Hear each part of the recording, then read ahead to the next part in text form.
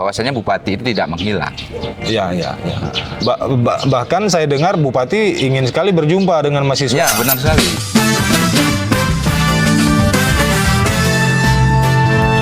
Oke, assalamualaikum warahmatullahi wabarakatuh. Jumpa lagi dengan kami, tim mengkomentari segala apa yang terjadi di muka bumi dan luar angkasa. Jadi semua aja kita komentarin nih. Dan saat ini senang sekali di sebelah saya ada Bung Safri Sanjaya asli Anda. Selamat bergabung, Bung. Oke, selamat bergabung kembali, Bung Surya. Senang rasanya Bung Safri bisa bergabung dengan kami. Nah ini diskusi ini sebenarnya santai aja, tidak ada tendensi apa-apa, dan ada baiknya kawan-kawan menonton video ini sampai habis agar tidak salah paham, ya, dan mendapatkan hasanah secara lengkap. Dan kali ini Bung Safri, kemarin hari Rabu berarti tanggal 14 ya, 14 Januari 2026, Ikmat dan kawan-kawan mahasiswa kembali menggelar aksi demo. Dan mereka menamakan ini jilid kedua di depan kantor bupati. Kira-kira menurut hasil pandangan Bung Safri dari Rana Lensa ataupun dari sudut manapun, apa informasi yang bisa di-share ke kawan-kawan, Bung Safri? Untuk aksi damai yang dilakukan adik-adik yang tadi dikatakannya Ikmat kan, ya. Tapi ternyata Ikmat ini bukan hanya Ikmat saja. Untuk jilid 2 ini sudah tergabung dari beberapa aliansi mahasiswa. Ada dari Ikmat Medan, ada dari mahasiswa Aceh Tenggara, yaitu dari HMI Aceh Tenggara, dari BEM Staises, ada BEM dari, kalau nggak salah saya, BEM Fakultas Hukum di Universitas Gunung Leuser. Jadi mereka menyebut namanya ini sekarang ini menjadi GMPB, yaitu Gerakan Mahasiswa Pemuda Bersatu. Nah, tiba-tiba nih pada saat demo ada keluar berita dari media, beberapa media mengatakan langsung memojokkan Bupati Aceh Tenggara ini, Bung Safri. Di berita tersebut tendensinya seperti ini yang tampil di layar Anda. Bupati hilang, mahasiswa demo Bupati menghilang. Nah ini tentu saja menyudutkan Bupati. Yang terjadi sebenarnya di lapangan bagaimana, Bung Safri? Sebenarnya Bupati Aceh Tenggara, yaitu Pak Fahri, sebenarnya dia tidak menghilang. Oh gitu. Ya, kebetulan saja, dan memang ini bukan rencana untuk melarikan diri dari adik-adik mahasiswa.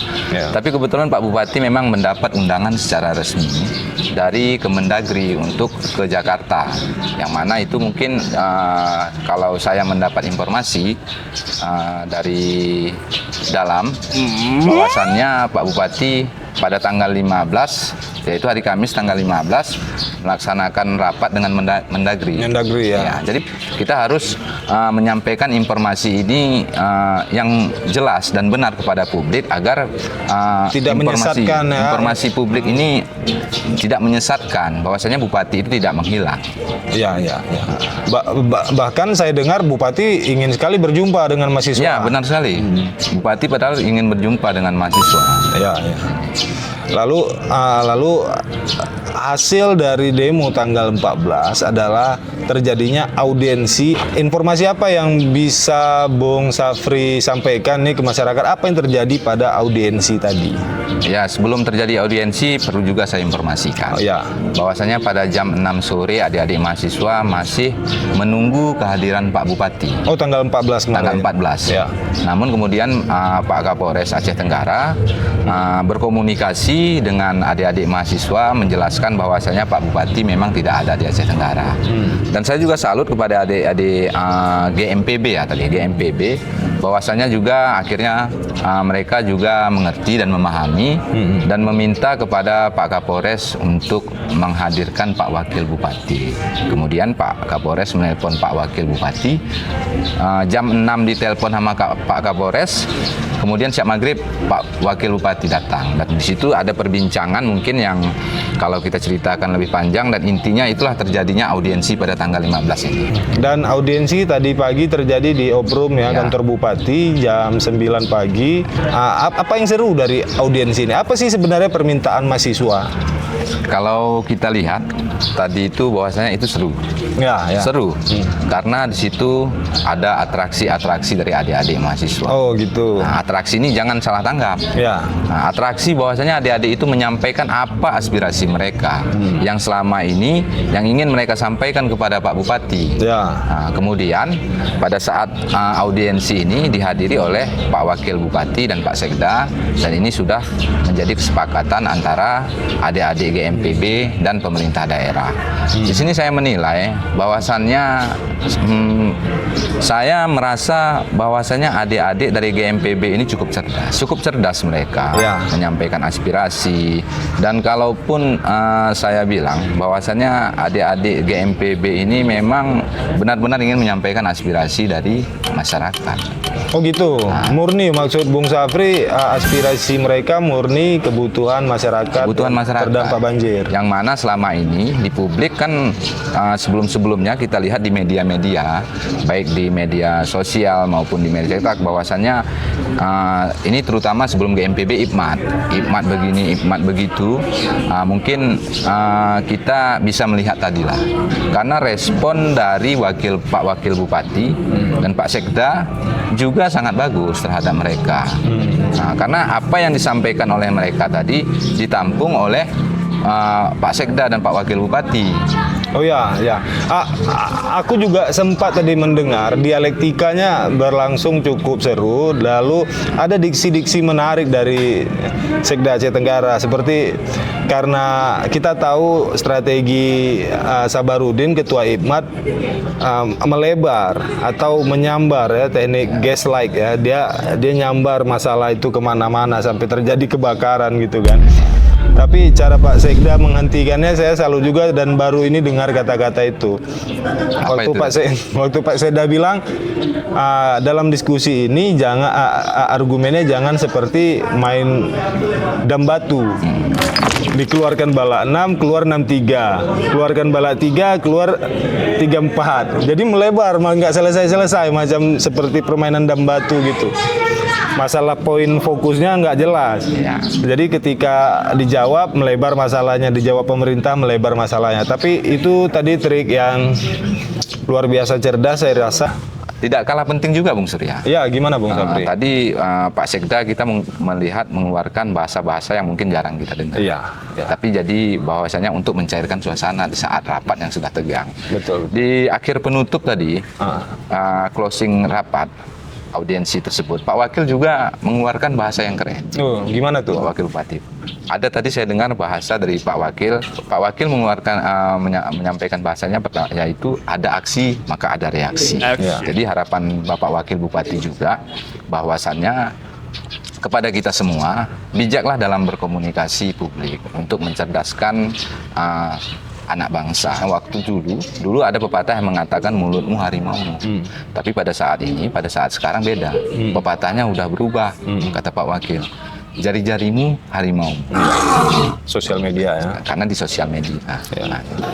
Nah lalu Bung Safri, apa sih hasilnya sebenarnya dalam audiensi tadi? Hasil dari audiensi tadi, adik-adik dari GMPB menyampaikan yang saya dengar tadi, kalau tidak salah ada beberapa aspirasi, tetapi keputusan ini nanti akan diputuskan oleh Bupati. Tetapi tadi Pak Sekda dia berjanji berkali-kali, begitu juga dengan statement terakhir Pak Wakil, bahwasannya Pak Sekda akan berjanji menyampaikan apa aspirasi adik-adik ini kepada Pak Bupati. Ada inti yang saya dengar tadi dari permintaan adik-adik mahasiswa ini, yaitu bahwasannya nanti ketika ada bantuan alokasi dana, tapi untuk membangun rumah, rehab rumah seperti itu, adik-adik minta dia ikut mengawal. Oh, mengawal penyaluran atau apa itu namanya, realisasi bantuan. Karena gini, mungkin dalam adik-adik ini mungkin bukan berburuk sangka, bukan berpikiran buruk terhadap pemerintah Aceh Tenggara, tapi ini memang wajar-wajar saja. Dan itu wajar-wajar saja karena memang di dalam pemerintah itu perlu juga ada pengawasan. Ya, balances dari masyarakat ketiga, diwakili oleh mahasiswa ya. ya. Lalu apa harapan sebagai warga Kabupaten Aceh Tenggara, apa harapan Bung Safri terhadap peristiwa seperti ini? Tapi jangan dijawab dulu karena kita akan melihat iklan yang melewat. Kalau ada, kalau nggak ada DM dulu. Mana tahu ada yang mau pasang iklan nih di sela-sela kita ngobrol kan, boleh-boleh aja. Nah, harapan Bung Sapri sebenarnya sebagai warga Kabupaten Aceh Tenggara apa? Bahwasannya masyarakat menginginkan kelayakan untuk kedepannya bagaimana? Kelayakan hidup ya, Kelayakan hidup. Bagaimana bisa perekonomian bisa stabil kembali. Ya. Ini satu pembahasan yang perlu kita bahas juga. Bahwasannya kemarin kita juga turun ke lapangan dan saya juga mendengar harapan masyarakat dari Desa Lawepinis menyampaikan kepada Bapak Wakil Bupati bahwasanya jembatan gantung itu sangat dibutuhkan oleh masyarakat. Jembatan gantung penghubung antar desa ya? Kalau tidak salah saya di Lawepinis itu saya kurang paham di Lawepinis antara Lawepinis ataupun jembatan penghubung Seldok atau saya belum dapat infonya lagi. Pokoknya intinya jembatan gantung itu disampaikan oleh masyarakat kepada Pak Wakil Bupati pada saat acara syukuran di Lawepinis bahwasanya masyarakat sangat membutuhkan. Apa yang dibutuhkan masyarakat di sini? Pertama yaitu tentang pendidikan dan ekonomi. Akses pendidikan ya. Jadi mereka bersekolah tidak harus memutar, jaraknya lebih dekat, baru misalnya berjualan atau bekerja gitu tidak terlalu jauh ke kota atau ke kebun. Iya, akses jalan tuh sebenarnya juga jadi perhatian utama. Bupati juga memperhatikan itu, terutama pada daerah-daerah yang terdampak bencana banjir. Misalnya di desa Lawe Penanggalan, desa apa terakhir kita Desa Rumah Bunda. Rumah Bunda kan akses itu sangat penting karena masyarakat yang terdampak banjir juga punya harapan untuk hidup kembali normal, bersekolah, bekerja, dan ada aktivitas ekonomi dan aktivitas sosial lainnya. Tapi itu jadi perhatian khusus tuh sama Bupati karena sebelum tanggal 13 Januarinya Bupati mengundang stakeholder seperti ADI, Waskita Karya, HK, BWS, ada TNGL untuk membahas percepatan pembangunan 3 jembatan yang rusak dan pembangunan akses jalan. Nah, yang akan segera dilakukan. Nampaknya di jembatan Pantai Dona sudah mulai pengerjaan. Nah, 3 jembatan itu ialah Pantai Dona, Jembatan Barung, dan Jembatan Natam. Nah, ini sebenarnya kan hal yang penting karena masyarakat butuh akses.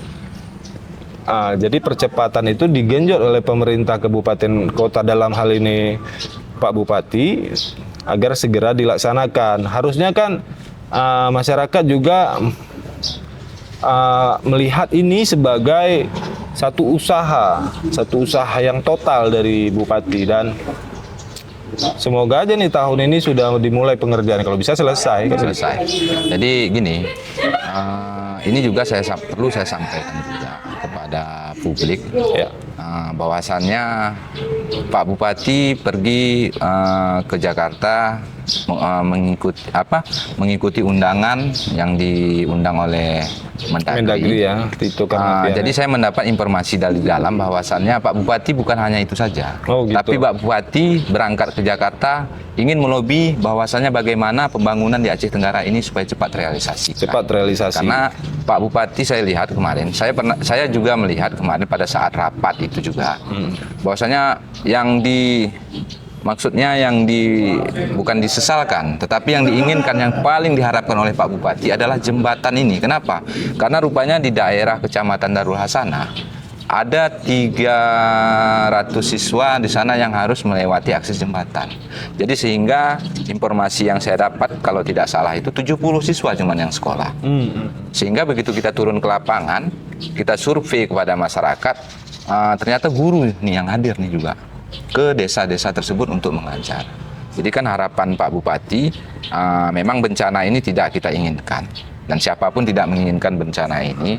Tetapi alangkah sedihnya ketika kita melihat generasi-generasi kita ini kurang mendapatkan pendidikan, akses pendidikan, pendidikan karena bencana ini. Iya, itu kan merupakan hak dasar ya. Ya. Ya, mungkin itu aja yang bisa kita diskusikan hari ini. Semoga bermanfaat, semoga memberikan inspirasi, informasi yang lengkap, dan bagi kawan-kawan yang punya informasi, punya isu, atau ingin ada isu apa yang kita bahas dan kita bongkar, langsung DM, komentar aja, dan sampai jumpa di video selanjutnya. Terima kasih Bung Sapri. Terima kasih. Oke, assalamualaikum warahmatullahi wabarakatuh. Satu lagi tadi lupa kita. Apa?